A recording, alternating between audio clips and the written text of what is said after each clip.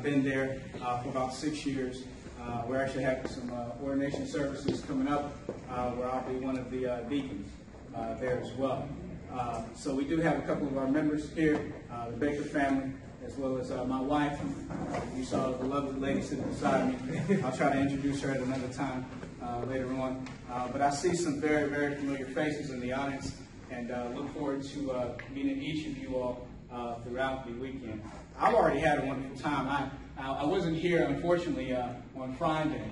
I had to wait till my wife got off of work. But if this is any indication of what the weekend has in store, we're in for a blessing. And I hope I can just give you a little piece of that for my session. Basically, what I have been tasked with talking to you all about is about some of the aspects of leadership. When Brother Maurice, who's actually done a wonderful job with spearheading this and helping coordinate some of these, and he gave me that, I wondered if I was the man to bring that. I can think of so many men who can talk about leadership and probably are, if you will, more equipped to talk about it, but I'm glad that they have endowed me with that task to talk to you about what it takes to be a strong leader. And I'm glad that we have an all-men's meeting, because we can kind of get a little real with it. And that's kind of what I want to do. With that being said, I want you to understand that God has blessed you with a lot of talent. You know, from the beginning, as you were formed in the womb, God knew you were going to be a man. And with that becomes a lot of responsibility. But he understood that you could carry it out. If that wasn't the case, you wouldn't be here. You wouldn't be who you are. And so I think of that, and to kind of segue into what I wanted to talk about, I wanted to present a small story and what happens a lot of times when we as men sometimes fail in our leadership roles. There was a farmer. He had a vast vineyard, a lot of things: squash, watermelons, cucumbers, tomatoes, all of those things. And he kept it up. He built it from the ground up. He was proud of his vineyard. He was proud of his garden. And there came a time when he wanted to retire. He basically said, you know what, I've worked throughout my days. I've built this thing up. It's a beautiful thing, but you know what? I want to relax, right? I've worked most of my life. I want to relax. And 5 days before he was about to sell his garden, he noticed a watermelon missing. He said, man, that's strange. Never seen a watermelon missing before. He went out to investigate it, if there was any rabbits, anything that took the watermelon. Kind of trouble. So he went to sleep, you know, wondering, man, if I'm missing this watermelon, what else will the thief take? Woke up the next day, saw another watermelon missing. So I have to do something about this. You know, because if somebody sees that my watermelons are missing, somehow they're not going to buy this property. So he puts out a sign. And he tells the thief in his mind, he says, I poisoned a watermelon. Have a nice day. Goes to sleep. Feeling good. Says the thief won't touch it now because he doesn't know which watermelon I poisoned. He wakes up, brushes his teeth, feels good about his decision, peeks outside and sees another watermelon gone with a new sign.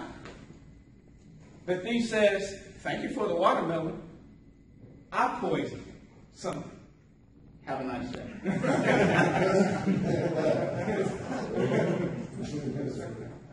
He's sad. What he ends up doing is destroying his whole crop. Because he doesn't know what the thief actually did. I mean, I'm here to tell you that we're multi-talented. I can feel it in this room. Everybody has not one, but many talents that they can give to the world. And what happens is the thief comes in, deceives you, and all of a sudden, we're taking steps back instead of steps forward. The question is, how can we be better leaders? To start there, I want us to think about the main topic. The main topic that was given to us this weekend was concerning heaven and not missing it for this world, right? Yeah. And we heard some powerful words just now from one of our brothers about ways that we can do that. But in order for us to become better leaders, we have to understand what is in the world and what awaits us in heaven. Yeah. For how can somebody follow us if we are leaders? I mean, think about it. You're leaders of your home. Should be leaders of the community. Leaders of your congregations. Leaders of the church. God has looked at you and said, I want you to be leaders in society. So how in the world can we lead society, if you will, when we're taking steps back? How can we lead society if we don't know what society is made of? How can we lead society if we don't know what's on the other side called heaven? Yeah. The Bible teaches us in 1 John 2, right? 15, everything that's in the world says love not the world, right? Be not of the world. And I'm paraphrasing. He says the love of the world. If you have the love of the world, the love of the Father is not in you, right? And then it teaches us the things that are in the world, right? The lust of the eye, the lust of the flesh, and the pride of life, right? In addition to that, Hebrews teaches us, Hebrews chapter 12, verse 1, after you talk about some of the faithful leaders of the Bible, you have your Seths, and you have your Abrahams, and you have Moses in there, and you have Noah in there, right? After all of those examples, it teaches us that we should let go of some things in order to be better people, right? It teaches us that in order for us to run the race, as the Hebrew writer said, that we should let go of some things that does so easily beset us, right? Those weights and also those sins. And then we must look to Jesus, who is the author and finisher of our faith, right? Well, I want us to talk and just be real about it for a second about some of the steps to be a good leader, because I don't think sometimes that's addressed, if you will. A lot of people just talk about, if you will, to be a good leader. They want you to be a good leader. It's like, as you grow up, there's no, if you will, manual on how to be a man. You kind of just learn it from the men around you, right? But I believe that the Bible teaches us how to be a good leader. And I want us to dive into that real quick. So if you have a copy of God's Word, I want you to turn to the book of Exodus. It's one of my favorite stories. And I think it applies to so many aspects of our life. And if you have the book of Exodus, or you can find the book of Exodus, turn to chapter 17. And we're going to look at verses 1 through 6. Would anybody care to read? And all the congregation, children of Israel, set out on their journey from the wilderness of Sin, according to the commandment of the Lord, and camped in Rephidim, that there was no water for the people to drink. Therefore the people contended with Moses and said, Give us water, that we may drink. So Moses said to them, Why do you contend with me? Why do you tempt the Lord? And the people thirsted there for water. And the people complained against Moses and said, Why is it you have brought us up out of Egypt to kill us and our children and our livestock with thirst? So Moses cried out to the Lord, saying, What shall I do with this people? They are almost ready to stone me. And the Lord said to Moses, Go on before the people, and take with you some of the elders of Israel. Also take in your hand your rod with which you struck the river, and go. Behold, I will stand before you there on the rock in Horeb, and you shall strike the rock, and water will come out of it, that the people may drink. And Moses did so in the sight of the elders of Israel. All right. Thank you for reading, brother. I love this passage, man. It taught me so much, and I definitely want to share some things with you. There's some basic principles, I think, that are hidden in these scriptures that teaches us how to be better leaders. How to be, if you will, better examples for society, for your family, for the community, and especially for the congregation. If you will, let's journey back and look at the context of the scripture, if you will. And I'm going to kind of involve you all, maybe ask some questions so that we can be on the same page to assure that. But understand, all of you all should hopefully be familiar with the children of Israel, right? in their journey, if you will, through the wilderness, trying to get to the promised land, right? We understand, if you look at chapter 17, if you journey before that, this is not the first occurrence, if you will, where they had a run-in with Moses' leadership. You know, before that, remember as Moses was trying to guide them away from Pharaoh and his army, guide them out of the land of Egypt, guide them across the Red Sea, there was a lot of complaining. There was a lot of negativity, if you will. In addition to that, just a couple of chapters before that, we see that this is not only another occurrence, but the second occurrence where they can't find any water. Before that, they came across the land where the bitter waters found it Marah. They couldn't find a solution. So they started to murmur at that point, right? They started to say, Moses, why'd you bring us out here, right? Started questioning his leadership. Started questioning his character. Why'd you bring us out here and we can't find a solution to our thirst? There's nothing but bitter waters out here. Well, Moses goes back and says, you know what? Hey, I need a solution. God shows him, hey, throw a stick, if you will, into the waters. And he found out that the bitter waters turned sweet. The Israelites could drink the water, right? Well, at this point in time, now they're no longer murmuring. King James Version teaches us in chapter 17 that now they're chiming. Anybody see that? Now they're starting to chime. Now they're really starting to berate, if you will, his leadership. Have any of you all had that? Anybody start to question your leadership? I see people with rings on in here. Anybody start to question your leadership? I'm just trying to keep it real. At times, your leadership, your character as a man are going to be questioned. They're going to be challenged. And at some point, people are going to pass from the stage of murmuring to where they're starting to berate. Yes. They're going to start chiding with you. Things, if you will, can start becoming a bit cantankerous, if you will. How do you deal with it? These are the steps that I love that Moses was taught by the Almighty God. There's 4 simple steps, and if you don't remember anything that I say today, I want you to remember these 4 simple steps. First of all, God said, lead. I'll say it again. First of all, God said, lead. Then after he said, lead, he said, take. After you leave and after you take, then he said, number 3, I want you to remember. And after you do those 3 things, then I want you to go. God's trying to show Moses that, look, in order for you to progress to the man that I want you to be, I need for you to do those 4 steps. Yes, sir. I need for you to lead. I need for you to take. I need for you to remember. And I need for you to go.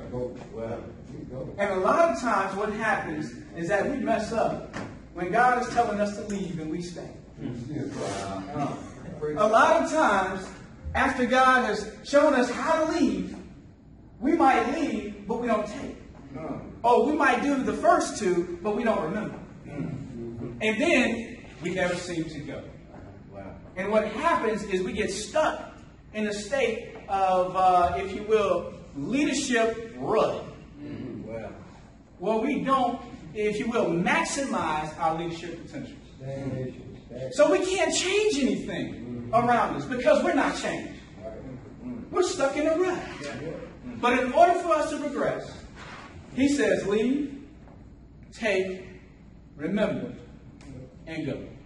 Is that all right? Can y'all remember those 4 things for me today? It's all right. Lead, take, remember, and go. First of all, Moses, what should I leave? Who should I leave? He says, leave the people. Why should I leave the people? Because the people represent negativity. Yes. You as a leader, you're going to be, if you will, surrounded by people that are looking for change. But a lot of times, those same people don't know how to find the answer. How do we progress them on when we're not moving ourselves? He says you must lead the people. Now, it's not a thing of leaving and not returning. Because God is showing Moses that once you find the answer, once I take you to the place, once you maximize your fullest potential, you can go back and find the answer and give it to the people. But in order for you to become the leader that I want you to be, you got to walk away from some negativity. All right. Yeah. You got to walk away from the things that are in the world. You got to show people that you're willing to be different. See, the thing that I love about this, and it's ironic, that even though the Israelites came out of the wilderness of sin, they were still what? Clothed with sin. They still had what I call the wilderness mentality. Yeah. They couldn't see the vision. Have y'all met people like that? Yeah. God may have been giving you a vision as a man on what to do, and others around you can't see it. And they'll try to pull you down. And they'll try to pull you down. Now we're getting some feedback. Somebody's talking. But in order for you to go to the next level, he says you got to leave. Yeah. For how can you grow and become a better person when you're staying in the negativity? Mm-hmm. You know, there's a saying that if you have 4 broke friends and you stay around them, guess who's going to be number 5? It's all right. You got to leave it. If you want to progress in your life, you got to leave it.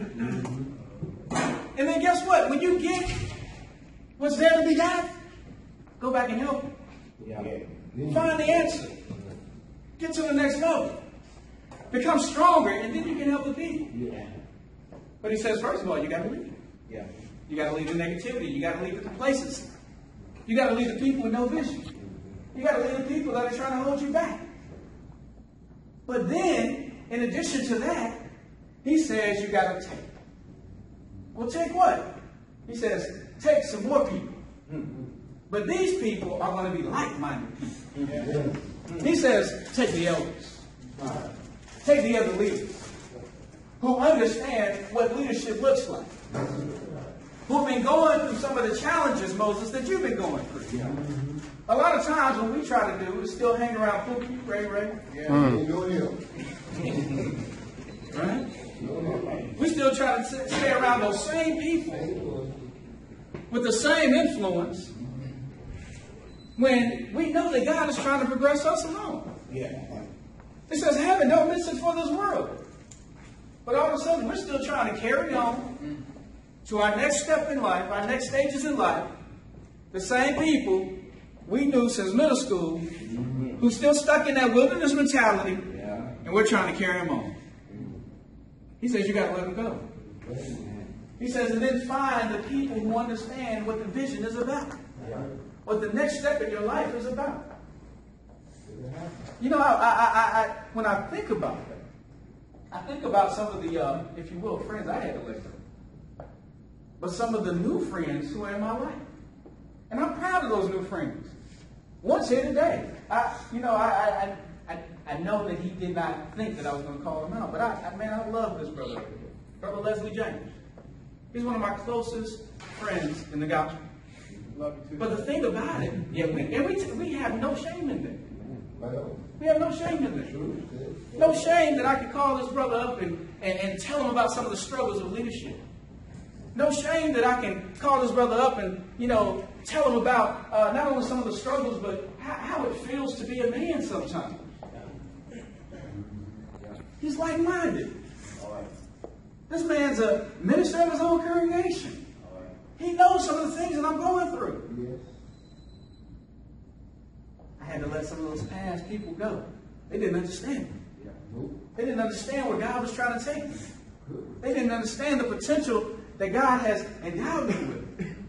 That He's trying to tell me to reach my fullest potential. To find the answers in my life. So I had to get with some other people. I had to get with some other people that can encourage me when I call them. I want you to picture this. Moses had to travel to find the answer. Moses had to travel from the area of Rephidim all the way to Mount Horeb. To kind of give you an idea of what I'm talking about, that's almost a little over 76, between 76 and 90 miles. Yeah. Moses had to travel almost, if you will, back then, almost 3 days' journey to find the answer. No car. No horse. I'm trying to just put this out to you. For people that are questioning his manhood. How many of us have traveled 3 days in the desert? For somebody that's questioning your character. Telling you that you're nobody. Why'd you leave me out here? I was better off in Egypt. I was better off doing all of those things in the past. You should have never told me about the church. You should have never brought me to this point in my life. Why are you doing this? They're questioning his manhood, questioning his character. And now he has to travel. And he's a man of faith. He's in Hebrews 11, y'all. Yeah. He's got it together. But he's the one tasked with the responsibility to go find the answer. 3 days journey on foot. Hot desert. For somebody that's talking negative about it. How many of us would do it? Y'all ain't got to raise your hands. Right? So in order for me to get to the next phase in my life, I got to leave. And then I got to take the people who are going to encourage me. Because guess what? I have a journey of 3 days in front of me. And this thing is going to be hard. Because every step I take, I'm thinking about those no good people that I got to take this 3 days journey for. Yeah. I got to think about the people who are being negative in my life that I really have to help. I got to think about how I'm supposed to be becoming a better man, a better leader for the people. 3 days. And it's going to be hard. So I got to join up with some people who are going to encourage me. That's why he said, I want you to take it. And then he said, I want you to remember. Believe it or not, guys, God has already taken you through some things in your life. So that when you get to this point and he tries to take you to the next phase, even though you may be weary, you can turn around and say, well, God took me from here. He can take me to here. So it says, I need not only for you to take some wise counsel with you, but I need for you to remember, I need for you to remember the rod that you struck the river with. Remember how mighty and powerful I am. Remember that with me, Moses, you can find the answer. Remember that I can take you to the next phase. It may be hard. I know it's 3 days journey in the hot sun. I know you're doing it for people who really aren't thankful, who question your character. But with me, the job can get done. So guess what? I need for you to take that rod. Because sometimes, even the people that are there and see the vision may not have the words to encourage. And at those times, you can look at that rod. You can remember. And I don't need to know everybody's story in here. I know that God is taking you through some things in your life so that you could remember. Yes, sir. So that you can say, you know what? There was a time I had no money. And God still somehow paid my bills. And if he can do that for me then even when it becomes difficult in my life, I know he's got my back now. If I leave the people. Hello. If I take good counsel with me. See, we as men, we're raised with the mindset we can do it all on our own. I don't need to tell anybody that I'm hurting. I don't need to go to the doctor. I'll just take 2 Advil, sleep on it. It should be fine in the morning. But God is showing Moses, the person in the hall of faith, that you need some people. He says, open up your heart. They'll help you, Moses. Get good counsel with you, Moses. Get rid of the negativity in your life and get good counsel. Let's go through this thing, and then I need for you to remember. And then finally he says, go. He says, go find the answer. He says, I'll be waiting for you. There's a special rock that you need to search for. But the thing about it is that it was never about the rock. Right. Now, even though Moses had to go look for that special rock, and he had to do certain things in order for him to understand that God was taking him from point A to point B, it was never about the rock. What was it about? His obedience, faith in God. It was about obedience. It was about faith in God. That's right. But there's something else I want you to get. It's about the relationship. All right. Okay, relationship. The question is, do you love me more than all of this? Yes. Yes, sir.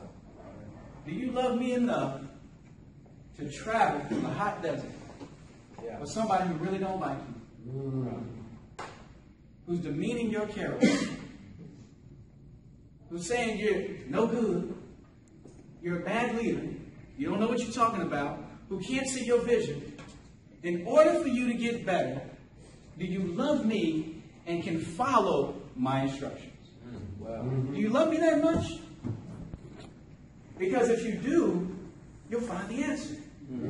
God in his omnipotence could have picked any rock in that 3-day journey to find the answer. Why did he make it so hard for Moses?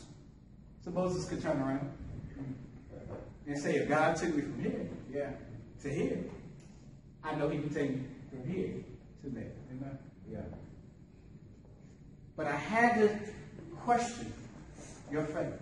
I had to test or prove your faith, Moses, to see if you love me. The thing I love about God, and I'm going to close on this and open this up for questions and conversation.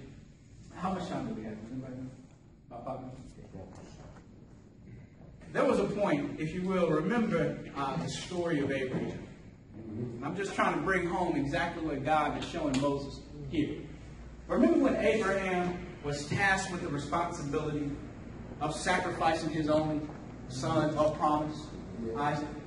We know he had another son, but he had Isaac, his son of promise. Yes. Right? And we all know the story. We don't have to look at it, hopefully. But at that point, when he was right about to sacrifice Isaac, and he was about to, get him with that knife, if you will. Right? The angel of the Lord said in his hand, said, don't sacrifice him, right? And I'm just paraphrasing. He says, because now I know. Now I know. Right? Now here's the same thing. Here's the same question I presented to you. God, who took Moses through a 3-day journey to find a special rock, could have picked any rock.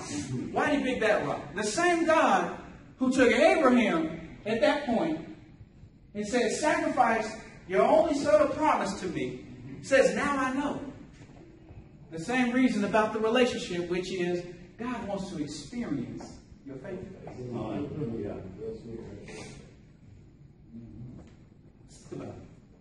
God doesn't say, now I know Abraham. You're talking about an omnipotent God. You're talking about an all-knowing God. Why would he say at that junction in his life, now I know that you're faithful?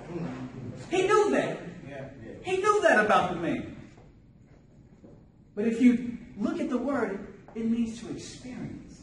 What God is only saying is, I want to experience your faithfulness. I want to experience your leadership.